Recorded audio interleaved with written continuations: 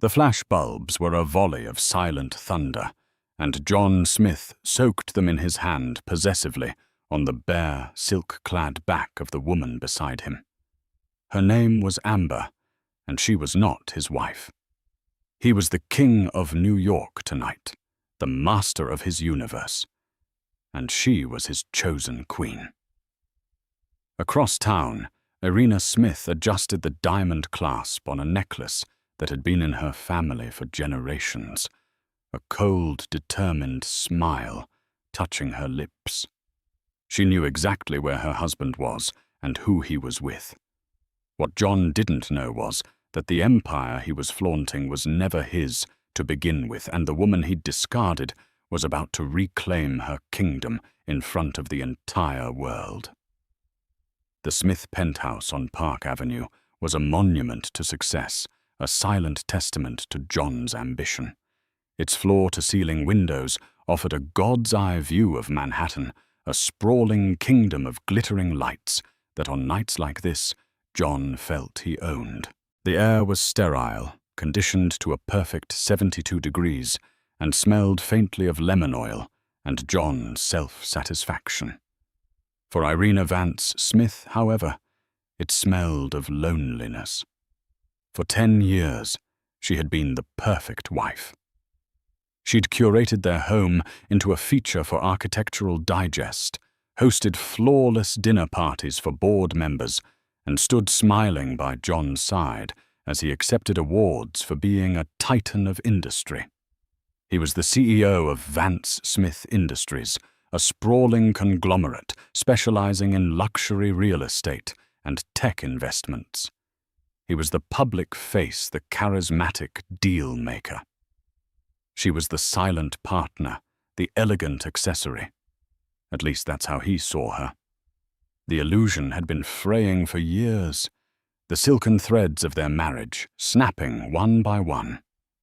It began with the late nights he dismissed as closing deals, the calls he'd take in the other room, his voice dropping to a conspiratorial whisper. It grew with the casual cruelty, the way he'd correct her in front of friends, or mock the literature degree she'd earned before they met. "My Ellie," he'd say with a patronizing chuckle, "she lives in a world of poetry and fairy tales. I handle the real world." Tonight, the final thread was about to be severed.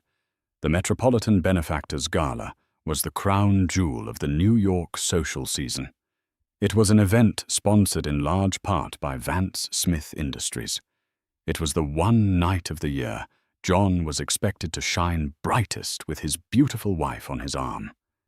He had strolled into her dressing room an hour ago, not even bothering to loosen the Tom Ford tie he'd knotted with practiced ease.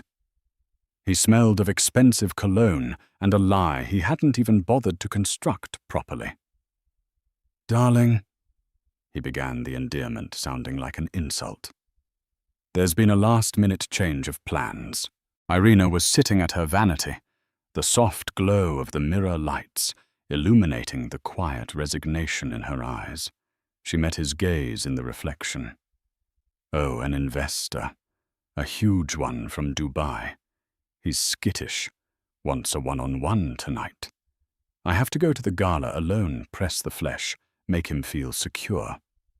It's business, you understand." He ran a hand through his perfectly coiffed dark hair. "It's a dreadful bore. You'd hate it. Better you stay home, relax. Read one of your books." Irina's fingers tightened around a silver-backed brush. For a decade she had accepted these flimsy excuses. She had swallowed her pride, quelled her suspicions, and played the part of the understanding, supportive wife.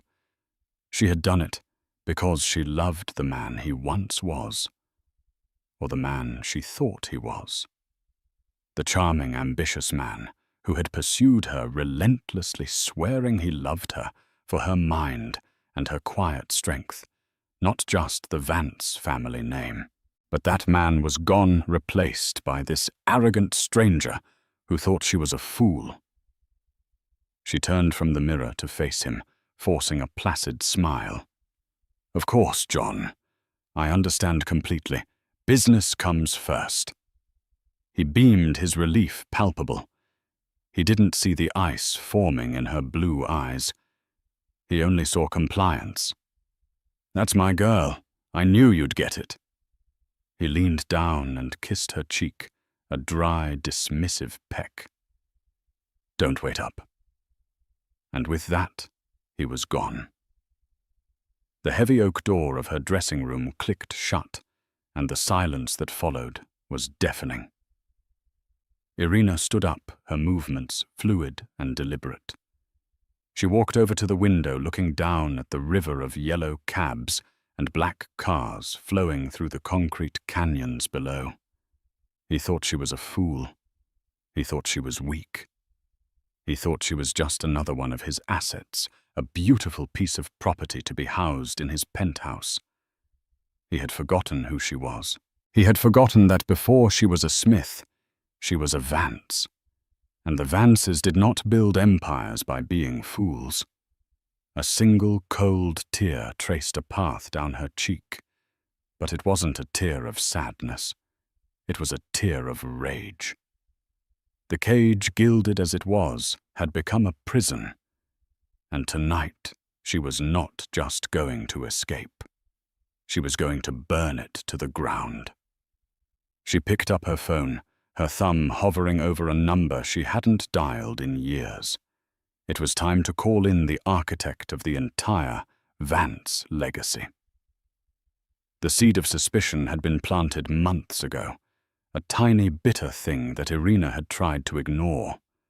It was a receipt, a simple slip of paper that had fallen from John's coat pocket. It was from a little-known but ridiculously expensive lingerie boutique in Soho called Fleur Secrète. The purchase was for a silk and lace set in a size far smaller than her own, and a bottle of perfume she didn't wear.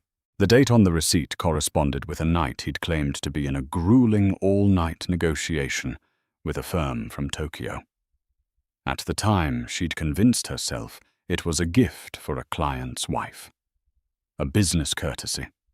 It was easier to believe a comforting lie than to confront a devastating truth. But after John left for the gala, the lie crumbled into dust. The cold certainty she felt wasn't just intuition. It was a conclusion built on 100 other tiny betrayals. She went to his study, a room that was more of a shrine to himself than an office. Diplomas, awards, and framed magazine covers featuring his face lined the mahogany walls. She ran her hand along his cold, imposing desk, her mind racing. He was arrogant, but he was also careless. Arrogance bred carelessness. Her fingers found a small, almost invisible indentation on the underside of the desk. A hidden latch. Years ago he'd shown it to her, boasting about his little James Bond secret. Inside was a small, velvet-lined compartment where he kept a spare watch and a few other personal items. And tucked beneath them a second phone. A burner phone. Her heart hammered against her ribs as she powered it on. It was locked, of course. But John's ego was his greatest weakness. The password was his birthday. Too simple. She tried his Man of the Year award date. Nothing. Then she tried the stock ticker symbol for Vance Smith Industries, VCI. The phone unlocked. The irony was so bitter it almost made her laugh. The symbol of the company her family had built was the key to unlocking his deceit. The message history was a sickening chronicle of his affair. The recipient was saved under the initial A, on my way, wearing the red dress. You'll be the only one I see tonight. John. I can't wait.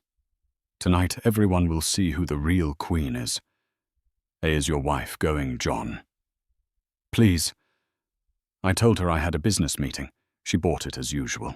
She'll be at home reading her dusty old books. The name Amber appeared in an earlier text, a confirmation for a dinner reservation. Amber Collins. Irina's blood ran cold. She knew the name.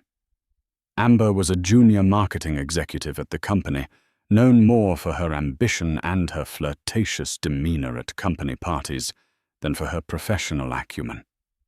She was young, beautiful, and utterly transparent in her goals. The messages went back months. Lavish gifts, secret trips to the Caribbean, promises of a future together once John handled the situation with his wife. He referred to Irina as a formality, a relic of a past business arrangement. He had reduced their 10-year marriage to a contractual obligation he was eager to terminate. The personal betrayal was a physical blow, leaving her breathless. But as she scrolled further, a different kind of anger began to smolder.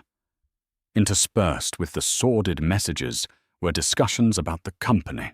John just leveraged the Aspen property for the new acquisition. The board is too old and slow to see the genius of it. They only see risk. Amber. You're a visionary, John. They're holding you back. John. Once Ellie is out of the picture, her family's influence on the board will be gone. I can finally run this company the way it's meant to be run. No more looking over my shoulder. He wasn't just cheating on her. He was gambling with her family's legacy. Vance Industries had been founded by her grandfather and built into a powerhouse by her father, Anthony Vance. It was built on principles of stability, integrity, and long-term vision. John's talk of leverage and risk was the opposite of everything her father stood for. He was treating the company like his personal casino. The pain in her chest crystallized into something hard and sharp resolve. This was no longer just about a broken heart. It was about saving the work of generations from the reckless ego of the man she had once loved. She put the phone back, wiping it clean of her fingerprints. She walked calmly to her own office, a bright, airy room filled with the books John so openly disdained. She unlocked a drawer in her desk and pulled out a thick, leather-bound folder. The documents inside were old, the paper soft with age. It was the original incorporation charter for Vance Industries and the shareholder agreement from when it merged with a smaller firm to become Vance Smith. Most importantly, it contained the papers for the private family trust her father had established years ago. She had read them countless times, but this time she read them with new eyes. John was the CEO. He had significant shares, yes, a generous gift upon their marriage. But he was, in essence, an employee, a highly paid, powerful manager. The controlling interest, a staggering 51% of the voting shares, was held not by her father, but by the Vance family trust. And the sole beneficiary and trustee of that trust upon her 30th birthday, 5 years ago, had become Irina Vance Smith. John had forgotten this. Or perhaps in his hubris, he had come to believe his own myth that he, through sheer force of will, was the majority owner. He had grown comfortable believing her to be passive and uninterested in the real world. He had mistaken her quiet nature for weakness. That was about to be the most costly mistake of his life. She picked up her phone again and dialed the number she had hesitated over earlier. It rang 3 times before a familiar, gravelly voice answered. "Irina, father." She said her own voice, steady and clear, betraying none of the turmoil inside her. "I need your help. I'm coming to see you, right now." The helicopter ride north was a blur of city lights, giving way to the dark, sleeping suburbs. Then the dense blackness of the forests of upstate New York. Irina barely noticed. She sat staring out at the void, the damning text messages burning in her mind. The rhythmic whoomp, whoomp, whoomp of the rotor blades was a war drum counting down the hours until her old life was utterly demolished, and a new one began. Anthony Vance had retired from the world a decade ago, shortly after Irina's marriage. After a lifetime spent building an empire and a minor health scare that served as a major wake-up call, he had retreated to a sprawling estate in the Adirondacks. He called it the Eyrie. It was a fortress of stone and glass built into the side of a mountain, accessible only by a winding private road or by air. He had traded boardrooms for libraries and stock tickers for trout streams. He rarely came to the city, and he never, ever interfered in the running of the company he had passed on.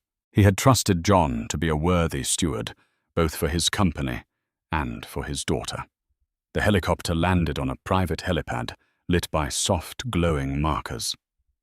A rugged-looking man in a flannel jacket was waiting to escort her to the main house. The air was crisp and smelled of pine and cold stone. It was a world away from the perfumed, polluted air of Manhattan. Anthony was waiting for her in his study. The room was vast, with a 2-story wall of books on one side and a massive stone fireplace on the other, where a log fire crackled and spat. He was not the titan of industry she remembered from her childhood. Age had softened his features, and his once jet-black hair was now a distinguished silver. But his eyes, the same piercing blue as hers, were as sharp and intelligent as ever. He stood as she entered his expression, a mixture of concern and curiosity. "Irina," he said, his voice a low rumble. "You look pale. What's happened?" She didn't waste time with pleasantries. She walked to the large oak desk in the center of the room and laid out her evidence like a prosecutor. She placed the burner phone on the polished wood. She had taken pictures of the key messages and printed them. She then produced the financial reports she'd had her personal accountant quietly pull, highlighting the leveraged properties and the high-risk ventures John had undertaken without full board disclosure. "John is having an affair," she said, her voice devoid of emotion. "With an employee. Tonight he took her to the benefactor's gala. He lied to me, and he is humiliating me. That I can handle. But he is also destroying your company, Father. He's gambling with our legacy, using it as his personal piggy bank to fund his ego." Anthony was silent for a long time. He picked up the printed messages, his brow furrowed. He read Amber's fawning praise and John's arrogant dismissals of his wife and board. He then moved to the financial reports, his eyes scanning the numbers with the practiced ease of a man who had spent a lifetime reading balance sheets. A muscle in his jaw twitched. The quiet retiree vanished, and in his place was the lion who had dominated Wall Street for 40 years. The boy always had more ambition than sense, Anthony said, his voice dangerously quiet. "I thought you would temper that. I thought your marriage would ground him." "He thinks I'm a fool," Irina replied, her voice cracking for the first time. "He thinks I'm a decorative object with no understanding of the real world. He forgot where the money came from. He forgot whose name is on the door." "No," Anthony corrected, his gaze locking with hers. "He forgot whose name is on the trust. He forgot who holds the power." He walked to the window, looking out into the impenetrable darkness of the mountain night. "When your mother died, I promised I would protect you. Part of that was letting you live your own life, make your own choices, even your own mistakes." I stepped back. I gave him rope, believing he would build a ladder, not a noose. He turned back to her, his eyes blazing. "He has disrespected my company. He has disrespected my legacy. But worst of all, he has disrespected my daughter. That is a transgression I will not tolerate." The plan began to form in that room by the crackling fire, a strategy devised by 2 generations of Vance ingenuity. It was audacious, public, and utterly ruthless. It was a plan designed not just to remove John, but to annihilate his reputation so completely that he would never work in this town again. "What do you need me to do?" Irina asked, her strength returning, fortified by her father's fury. First, Anthony said, a grim smile touching his lips. "You need to change. That dress is for a victim. You are going to a coronation, not a funeral. Go upstairs. Your mother's gowns are still in her closet. Find the one she called her armor." While Irina went upstairs, Anthony made 2 calls. The first was to Marcus Thorne, the family's lawyer for 50 years, a man whose loyalty to the Vances was absolute. He instructed him to prepare an injunction and the paperwork for an emergency board meeting. The second call was to the head of security at the Metropolitan Museum of Art, a man who owed Anthony a significant favor. An hour later, Irina descended the grand staircase. She had found the dress. It was a couture gown of deep crimson silk that her mother had worn to the White House years ago. It was elegant, powerful, and utterly breathtaking. With her hair swept up and her family's diamonds at her neck, she was no longer John Smith's discarded wife. She was Irina Vance, daughter of Anthony Vance, and the true owner of an empire. Anthony looked at her, and for a moment the fierce businessman was replaced by a proud father. "Perfect," he breathed. "He won't know what hit him." He offered her his arm. "Shall we, my dear? It's been a long time since I've attended a party. I believe it's time to remind New York society who the Vances are." The Grand Hall of the Metropolitan Museum of Art was a glittering sea of power and influence. Crystal chandeliers, each the size of a small car, cast a golden glow over the city's elite. Senators rubbed shoulders with tech billionaires, and celebrated artists chatted with silver-haired doyens of old society. The air itself seemed to hum with the collective energy of 1,000 egos, all vying for attention, for validation, for a moment in the spotlight. And tonight, the spotlight belonged to John Smith. He stood near the base of the grand staircase, a flute of champagne in one hand, the other resting proprietorially on Amber Collins's waist. She was a vision in a daring red dress, the one she'd texted him about. It was cut low in the front and high on the thigh, a stark, screaming contrast to Irina's classic and understated elegance. Amber was fire loud and bright, and John was using her to signal his own virility and power. He was holding court. People gravitated towards him, drawn by the magnetic pull of his success. He was the CEO of Vance Smith, the primary sponsor of the evening and the man of the hour. He laughed a deep, confident sound that echoed in the cavernous hall. He introduced Amber not as his mistress, but with a carefully chosen ambiguous title. "This is Amber Collins," he announced to a cluster of admirers, including the influential gossip columnist Beatrice Fairfax. "My brilliant protégée. She's the future of our marketing division. A real rising star." Amber preened under the attention, her smile wide and predatory. She looked at the faces around her, the Astors, the Vanderbilts, the new money titans, and saw her own reflection in their envious eyes. She had done it. She had clawed her way out of obscurity and into the absolute center of power. She was on the arm of the most important man in the room. The meek, boring wife was a distant memory, a footnote in the story of her glorious ascent. Whispers followed them as they moved through the room. "Isn't he married?" a woman murmured behind her fan. To Anthony Vance's daughter, her companion replied, The quiet one. Dreadfully dull, I hear. Well, this one is anything but dull. Look at that dress. You could floss with that thing. The gossip only fueled John's arrogance. He enjoyed the scandal. It made him feel virile, powerful, a man who took what he wanted. He believed he had insulated himself so thoroughly within the company, made himself so indispensable, that he was untouchable. Irina, with her gentle nature and her lack of interest in business, posed no threat. The board was composed of old men who were dazzled by the company's recent and risky profit margins. He was the king, and this gala was his coronation ball.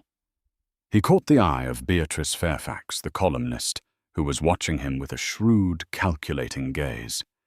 He gave her a conspiratorial wink. He was feeding the beast, creating the narrative himself.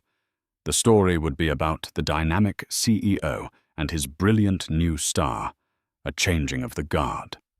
Mr. Smith, Beatrice said, her voice smooth as silk, but with an edge of steel. A bold move coming with Ms. Collins tonight. Whereas Irina John's smile didn't falter. My wife is feeling a bit under the weather. She sends her regrets. She insisted I come and represent the company, and that I bring my most promising executive with me. Irina is all about fostering new talent. It was a masterful lie delivered with such casual confidence that it was almost believable.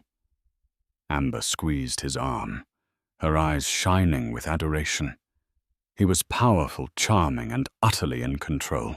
The evening's host, the museum director, tapped a glass for attention. Ladies and gentlemen, if I may have your attention, in a few moments we will be hearing from the man whose incredible generosity has made this evening possible.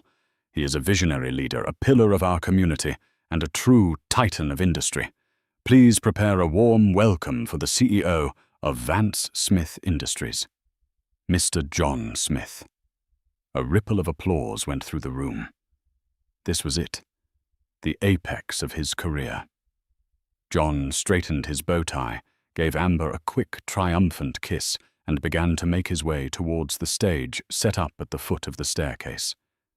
He felt 1,000 pairs of eyes on him. He felt like a god ascending Olympus. He was so blinded by the spotlight, so deafened by the applause, that he didn't notice the sudden collective intake of breath from the crowd near the main entrance. He didn't see the whispers turn from speculation to stunned silence. He didn't see the sea of faces part as two figures made their way through the throng. He was just 2 steps from the stage, his victory speech already on his lips, when the great oak doors at the far end of the hall swung fully open, and a hush fell over the entire gala. The silence was so profound, so sudden, that it was more powerful than any noise. John stopped confused. He turned, following the gaze of every single person in the room, and his world stopped turning. The silence in the grand hall was a physical thing, a heavy blanket that smothered all sound. The clinking of glasses, the murmur of conversation, the soft strains of the string quartet. It all vanished, sucked into a vacuum of collective shock. Every head was turned towards the grand entrance, where 2 figures stood, silhouetted against the bright lights of the foyer. As they stepped forward into the warm glow of the hall, the gasps began. They were quiet at first, little ripples of disbelief, but they quickly grew into a tidal wave of astonished whispers that swept through the crowd. It was Irina, but it was not the Irina anyone knew. Gone was the quiet, conservatively dressed society wife who faded into the background. In her place stood a queen. She wore a gown of crimson silk that seemed to drink the light, a stark, regal statement against the sea of black tuxedos and pastel dresses. The Vance diamonds glittered at her throat, not as mere ornaments, but as armor. Her posture was erect, her shoulders back, her chin held high. Her face, which John had so often called pleasantly plain, was transformed by a look of cold, unshakable resolve. She was incandescent with a fury so pure it was beautiful. But it wasn't just Irina's transformation that had stolen the breath of New York's high society. It was the man on whose arm she leaned. He was older, with a mane of silver hair, and a face etched with the lines of a life lived at the highest levels of power. He moved with a quiet authority that needed no announcement. He wore a simple, perfectly tailored tuxedo, but he may as well have been wearing coronation robes. He was a myth, a legend, a ghost from the golden age of Wall Street. It was Anthony Vance. For a decade, he had been a recluse, a name spoken in hushed, reverent tones. Most of the younger people in the room had never even seen him in person. But the older generation, the real power brokers, recognized him instantly. They were the ones who had witnessed his genius, who had feared his ruthlessness, and who had respected his absolute integrity. His presence here tonight was the equivalent of a king returning from exile. John stood frozen halfway to the stage. His mind simply couldn't process what his eyes were seeing. Irina here, looking like that, and with her father. It was impossible. Anthony never came to the city. He hated these events. And Irina, she was supposed to be at home reading a book, blissfully unaware. Amber, sensing the shift in the atmosphere, tightened her grip on John's arm. "Who is that?" she whispered, her voice laced with unease. "Why is everyone staring?" John couldn't answer. His mouth was dry, his heart pounding a frantic rhythm against his ribs. He saw Beatrice Fairfax, the columnist, her eyes wide, a wolfish grin spreading across her face. She was smelling the biggest society story of the decade. Irina and Anthony moved through the parted crowd with regal slowness.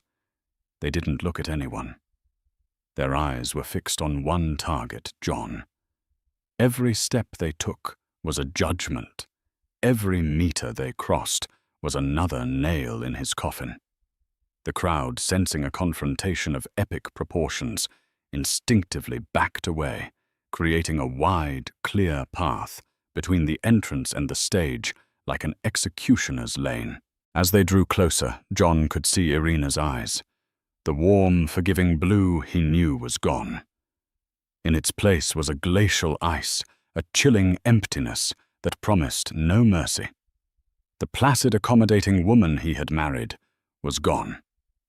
In her place was a stranger, a Vance, and she was looking at him not with the pain of a betrayed wife, but with the cold contempt of a CEO looking at an underperforming asset about to be liquidated. Anthony's gaze was even more terrifying. It was the look of a creator surveying a flawed creation just before he smashes it to pieces. There was no anger, no passion, just a profound, quiet disappointment that was somehow infinitely worse. They stopped a few feet from John and Amber. The silence stretched, becoming unbearable. The entire social and financial elite of New York was holding its breath, waiting. Finally, Anthony spoke. His voice was not loud, but it carried the weight of his legacy, cutting through the silence and reaching every corner of the vast hall. He didn't look at John. He looked past him towards the museum director, who was still standing dumbfounded on the stage. "I believe Anthony Vance," said his voice as cold and clear as a winter morning, "that there has been a mistake in the evening's program. Mr. Smith will not be speaking tonight." John's blood turned to ice water in his veins. Anthony Vance's words, spoken so calmly, were not a request. They were a decree. The world tilted on its axis, the glittering ballroom seeming to warp and bend around him. He finally found his voice, a strangled, incredulous croak. "Anthony," Irina, what is the meaning of this?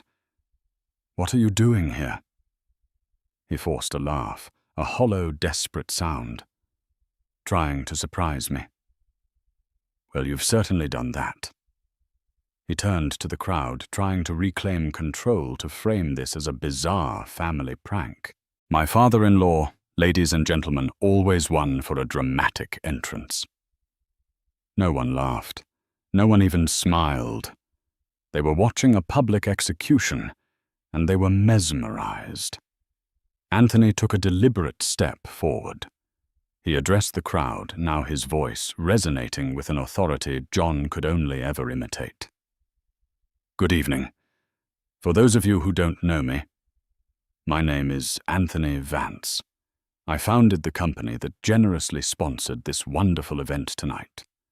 I have been retired for 10 years, content to leave the running of my life's work in what I believed were capable hands. His eyes finally settled on John, and the temperature in the room seemed to drop 10 degrees. It has come to my attention, Anthony continued, that my faith was misplaced. Vance Smith Industries was built on a foundation of integrity, stability, and fiduciary responsibility. Recently, under the leadership of Mr. Smith, the company has engaged in a series of reckless, highly leveraged acquisitions that have put the entire enterprise at risk. He has done so without the full, transparent approval of the board, and more importantly, without the approval of the majority shareholder. A collective gasp went through the room. Majority shareholder. Everyone thought John was the one in charge. John's face went white. Now just a minute, he sputtered, taking a step towards Anthony. That's privileged company information. This is not the time or the place. This is precisely the time and the place, Irina's voice cut in sharp and clear as shattered glass. It was the first time she had spoken, and the sound of her voice, so full of command, stunned John into silence. She glided past her father to stand directly in front of John and Amber. She looked at Amber, her eyes sweeping over the cheap shock of the red dress and the desperate ambition in the younger woman's face. There was no jealousy in her gaze, only a sort of weary pity. Miss Collins. Irina said, her voice dangerously soft. You are the rising star, I presume. The brilliant protégé. She let the words hang in the air, dripping with sarcasm. You hitched your wagon to a man who promised you a kingdom. I feel it's my duty to inform you that you've been riding with a court jester who was merely allowed to sit on the throne for a while. Amber paled, her triumphant smile dissolving into a mask of horror and confusion. She looked at John, her eyes silently begging him to fix this, to reassert the power she had found so intoxicating. But John was speechless, floundering. Irina turned her full attention to her husband. You thought I was a fool, John. You thought I was content to live in your shadow, oblivious, while you played with my family's money and slept with your subordinates. You mistook my patience for weakness. You mistook my silence for ignorance. She took a step closer, her voice dropping to a conspiratorial whisper that was somehow audible to everyone in the silent hall. Let me be very clear. You are the CEO, a title, an employee. I am the majority shareholder, the owner. The Vance Family Trust, of which I am the sole trustee, controls 51% of this company. Your reign is over. From the edge of the crowd, a man in a dark suit stepped forward. It was Marcus Thorne, the Vance family lawyer. He handed a folder to the museum's head of security, who then approached John. Mr. Smith, the security head, said, his voice formal and unsympathetic. You are being served with a court injunction barring you from entering any Vance Smith property, effective immediately, There will be an emergency board meeting tomorrow at 9 a.m. to vote on your termination for cause." John stared at the papers as if they were written in a dead language. His empire, his identity, his entire world had been dismantled in less than 5 minutes in front of everyone who mattered. His face, which had been a mask of arrogant confidence, crumbled. He looked around wildly, seeking an ally, a friendly face, but all he saw was a mixture of pity, morbid curiosity, and thinly veiled schadenfreude. He turned to Irina, his eyes pleading. "Ellie, please, we can talk about this at home. Don't do this." Irina looked at him, and for the first time a flicker of emotion crossed her face. It was not love, not even hatred. It was a profound and final indifference. "There is no home anymore, John," she said. "And my name is Irina Vance." She turned her back on him. Anthony took the microphone from the podium on the stage. "My apologies for the interruption," he announced to the stunned audience. "Please enjoy the rest of your evening." Vance Smith. Industries is now under new management. Stable management. And I am pleased to announce that the board will be voting to appoint its new interim chairwoman tomorrow morning. My daughter Irina Vance. The finality of it was absolute. John Smith was no longer just a cheating husband. He was a footnote. A publicly disgraced unemployed footnote. His gaze fell on Amber, who was already backing away, disentangling herself from him, as if he were radioactive. Her dream had become a nightmare. She had attached herself to a falling star, and she was about to be crushed in the impact. Without a word, she turned and fled. Disappearing into the shocked crowd, her red dress a final pathetic flash of her failed ambitions. John stood alone, bathed in the spotlight he had so craved, utterly and completely destroyed. The chaos that erupted after Anthony Vance's announcement was immediate and overwhelming. The gala, once a bastion of decorum, descended into a frantic buzz of gossip. Cell phones emerged, thumbs flying across screens, as the city's elite raced to be the first to break the most spectacular social and corporate implosion in a generation. John remained frozen for a moment longer, a statue of ruin in the center of the storm. Then the head of security touched his elbow. "Sir, I have to ask you to leave." The touch, though gentle, was firm. It broke the spell. John's face contorted in a mask of pure rage and humiliation. He looked at Irina's back as she stood calmly beside her father, accepting quiet congratulations from a few old family friends who were now rushing to her side. He opened his mouth to shout, to curse, to deny, but no words came out. He was a king without a kingdom, a voice without power. Flanked by 2 security guards, he was escorted out through a side door, not as a titan of industry, but as a trespasser. Irina did not watch him go. Her past was being swept out with the trash. Her focus was on the future. The rest of the evening was a blur of handshakes, murmurs of support, and looks of newfound respect. People who had barely acknowledged her for a decade now clamored for her attention.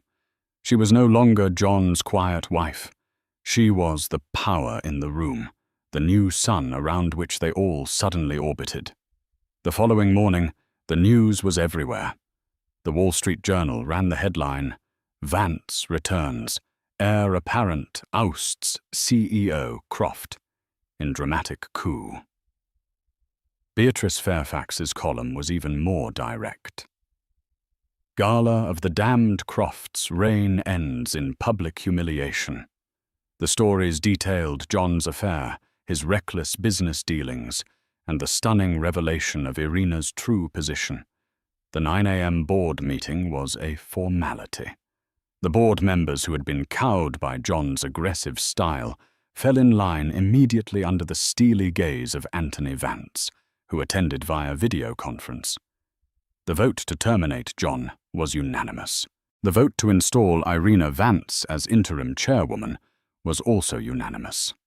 When the meeting was over, Irina walked down the hallway to the corner office.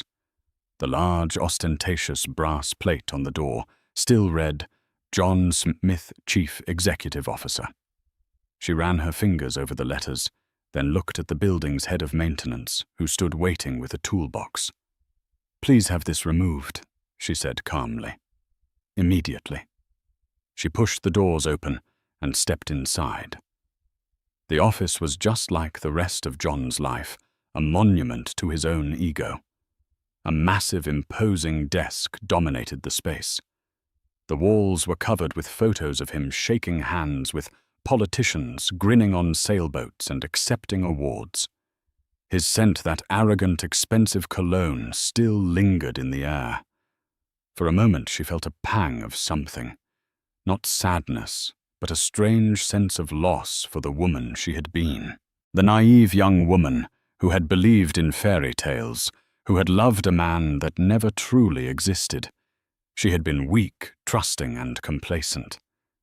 That woman had died last night. Irina walked to the floor-to-ceiling windows, the same view she had from her penthouse prison. But from here, it felt different. It was not a gilded cage. It was a kingdom. Her kingdom. She looked down at the bustling streets of Manhattan, the arteries of commerce and power, and felt not fear or inadequacy, but a surge of profound, invigorating purpose. She spent the rest of the day in a whirlwind of meetings with lawyers, department heads, and accountants. She was decisive, intelligent, and utterly in command. The years she had spent quietly reading, observing, and learning the very things John had mocked had prepared her for this moment. She absorbed complex financial data, asked insightful questions, and laid out a clear, concise plan to stabilize the company and undo the damage John had caused. The staff, who had lived in fear of John's volatile temper, looked at her with a mixture of awe and relief. Late in the afternoon, her father called. "How does the chair feel?" he asked, a rare note of humor in his voice. "A little large," Irina admitted, a small smile touching her lips. "But I think I'll grow into it." "I have no doubt," Anthony said, his voice thick with pride. "Your mother would have been so proud, Irina. You are truly a Vance." After she hung up, she sat in the deepening twilight, the city lights beginning to twinkle to life below. She was no longer Mrs. John Smith. She was not even just Anthony Vance's daughter. She was Irina Vance, the chairwoman of Vance Smith Industries. She had been tested by the deepest betrayal, and instead of breaking, she had been forged into steel. Her revenge was not just in taking John's job, it was in being brilliant at it. Her triumph was not just in winning, but in reclaiming herself. The road ahead would be difficult, but for the first time in a decade, it was her own. And she was ready to walk it. The St. Regis Hotel suite was by any measure a pinnacle of luxury. Gilded fixtures gleamed, the bed was the size of a small country, and a bottle of complimentary champagne sat sweating in a silver bucket. For John Smith, it was a prison. He had stumbled here in the early hours of the morning, his mind a chaotic whirlwind of fury and disbelief. He'd been on his phone ever since a general trying to rally an army that had already deserted. His first call was to his lawyer, a man who had been on his payroll for a decade. The response was clinical. "John, I'm sorry. My primary duty is to the corporation. Given the circumstances and the clear instructions from the majority shareholder representing you would be a catastrophic conflict of interest. You'll need to find new counsel." The line went dead. He tried the board members one by one. Men he had golfed with whose backs he had slapped at expensive dinners. Most didn't answer. The one who did a senior director named George Matheson was brief. "You brought this on yourself, son. You played with Anthony Vance's money, and you humiliated his daughter. There's no coming back from that. Lose my number." Desperation clawed at him. He scrolled through his contacts, his thumb hovering over Amber's name. He called. The call didn't even ring. It went straight to a recorded message. "The number you have dialed has blocked incoming calls from your number." Blocked. The woman who had sworn he was a visionary, who had looked at him with doe-eyed adoration just 24 hours ago, had already cut him loose. She was a cockroach scurrying from the light, and he had been a fool to think her loyalty was to him and not to the power he wielded. He threw the phone across the room, where it hit the silk-papered wall with a pathetic thud. He was utterly, completely alone. The power he thought he possessed, the loyalty he thought he commanded, it was all an illusion. It had never been his. It was rented, borrowed from the Vance name, and his lease had been terminated in the most public way imaginable. The silence of the hotel room was deafening, broken only by the frantic, panicked thumping of his own heart. He was John Smith, but without the title, without the company, the name meant nothing. He was a ghost haunting a life that was no longer his. Meanwhile, 40 blocks south, Irina Vance was not haunting an old life. She was building a new one. She arrived at the Vance-Smith building at 7 a.m. sharp, not in a chauffeured town car, but in a taxi. She wanted to walk through the front doors on her own 2 feet. The office was already buzzing with the news, and as she walked through the lobby, a hush fell. People stared, their faces a mixture of awe and apprehension. She offered a small, professional smile and a nod, her calm demeanor, a stark contrast to the chaos of the previous night. Her first order of business was to meet with the head of human resources. Ms. Vance, the woman, a stern but fair executive named Carol, began. "Regarding Amber Collins, her employment is to be terminated." Irina stated, her voice even. "For gross misconduct and a violation of the company's fraternization policy. Offer her the standard severance. Have security escort her from the building. No drama, no spectacle. We've had enough of that. We are a place of business, not a tabloid." Carol nodded, visibly relieved. "Understood, ma'am." Irina's command was absolute, but it wasn't tyrannical. It was efficient. She spent the morning in back-to-back meetings, methodically untangling the web of high-risk deals John had initiated. She discovered he had leveraged company assets to near breaking point to fund a vanity project, a speculative tech venture with no clear path to profitability. He had been playing roulette with her family's legacy. With each document she reviewed, her resolve hardened. This was no longer about personal betrayal. It was a rescue mission. Around noon, her assistant buzzed. "Ma'am, it's a Mr. Smith on your private line. He's been calling repeatedly. I told him you were unavailable." Irina held up a hand. "It's all right, Maria. Put him through." She leaned back in her new leather chair, a chair that fit her perfectly, and picked up the receiver. "What do you want, John?" she asked, her tone flat. His voice came through the line, a ragged, desperate sound she barely recognized. "Ellie, thank God. Ellie, you can't do this. We need to talk. This is insane." "There is nothing to talk about," she replied calmly. "The board has voted. The injunction is in place. It's over. Over 10 years of marriage over. Just like that. Because of one mistake," he pleaded, his voice cracking. "You're destroying my life. Our life over a moment of weakness." Irina almost laughed. A moment. It was 100 moments, 1,000 lies. Our life was a fiction, you wrote, John. And your mistake was not the affair. Your mistake was believing I was a fool. Your mistake was gambling with my father's company. This is not an emotional decision. This is a business decision.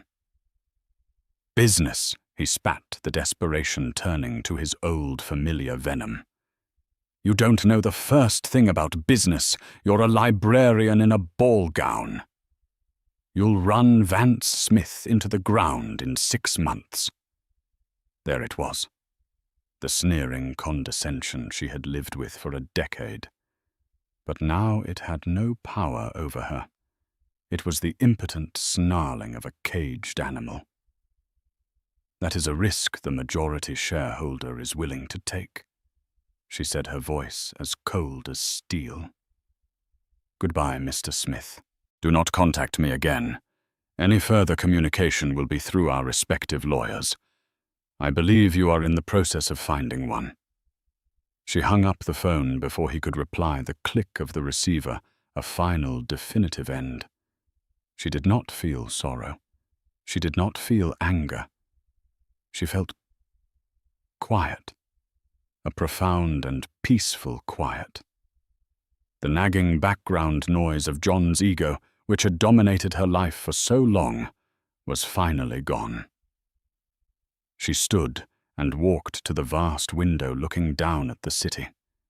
It was her city now. The empire was hers to command. The ashes of her old life, of her marriage, were behind her. From them, she would build something stronger, something more honest, something that was entirely her own. She was no longer a wife, an accessory, or a secret. She was Irina Vance, and she was just getting started. Irina's story is a powerful reminder that the quietest person in the room is often the most formidable. She endured betrayal, not with tears, but with strategy, turning her deepest pain into her greatest source of power. She didn't just get even. She got everything. By reclaiming her family's legacy, she reclaimed her own life, proving that a person's worth is never determined by who they stand beside, but by the strength with which they stand on their own. It's a testament to the fact that you can never underestimate a woman who has finally decided to fight for herself. What did you think of John's epic downfall and Irina's triumphant rise? Let us know your favorite part of her revenge in the comments below. If you loved this story of empowerment and justice, please show your support by hitting that like button, sharing it with someone who needs a dose of inspiration, and subscribing for more unforgettable tales. Don't forget to ring the notification bell so you never miss a single story of a queen reclaiming her throne.